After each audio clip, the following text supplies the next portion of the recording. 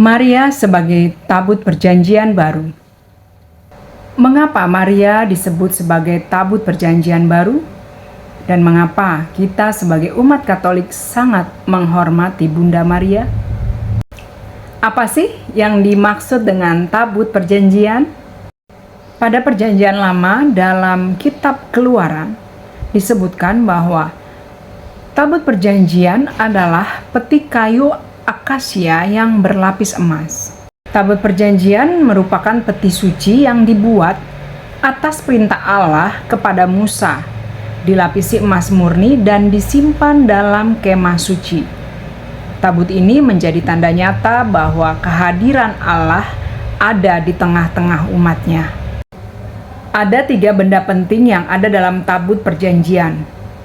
Yang pertama adalah loh batu yang berisi 10 perintah Allah. Yang kedua, mana yang merupakan roti dari surga. Dan yang ketiga, tongkat Harun sebagai tanda imamat. Tabut perjanjian bukan hanya sekedar benda mati. Kehadiran Allah nyata di sana. Tabut itu diletakkan dalam ruang Maha Kudus dan hanya imam besar yang dapat mendekatinya. Nah, sekarang mari kita lihat mengapa Maria disebut sebagai tabut perjanjian baru. Pada Injil Lukas, babnya yang pertama, ayat ke-35, di sana tertulis bahwa malaikat Gabriel berkata bahwa Roh Kudus akan menaungi Maria.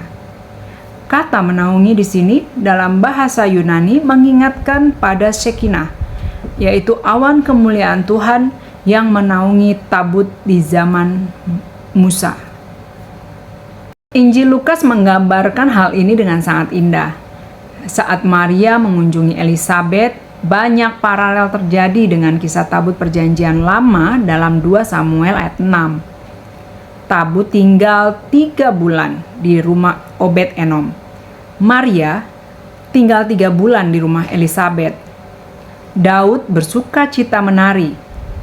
Yohanes melonjak dalam rahim Elisabet. Elisabet berkata, "Siapakah aku ini sampai ibu Tuhanku datang kepadaku?" Kalimat ini juga sama seperti Daud berkata, "Siapakah aku ini sampai tabut Tuhan datang kepadaku?" Dalam dokumen Konsili Vatikan kedua memuat secara khusus pernyataan gereja tentang Maria. Menurut Lumen Gentium, Maria merupakan sosok yang kehadirannya telah dibicarakan dan dinubuatkan sejak Perjanjian Lama. Secara implisit Perjanjian Lama menyebutkan Maria sebagai perempuan yang akan melahirkan penebus. Tradisi menyatakan bahwa Maria sebagai tabut surgawi. Maria adalah tempat kudus, tempat Allah tinggal. Maria bukan hanya simbol. Ia mengandung Sang Firman.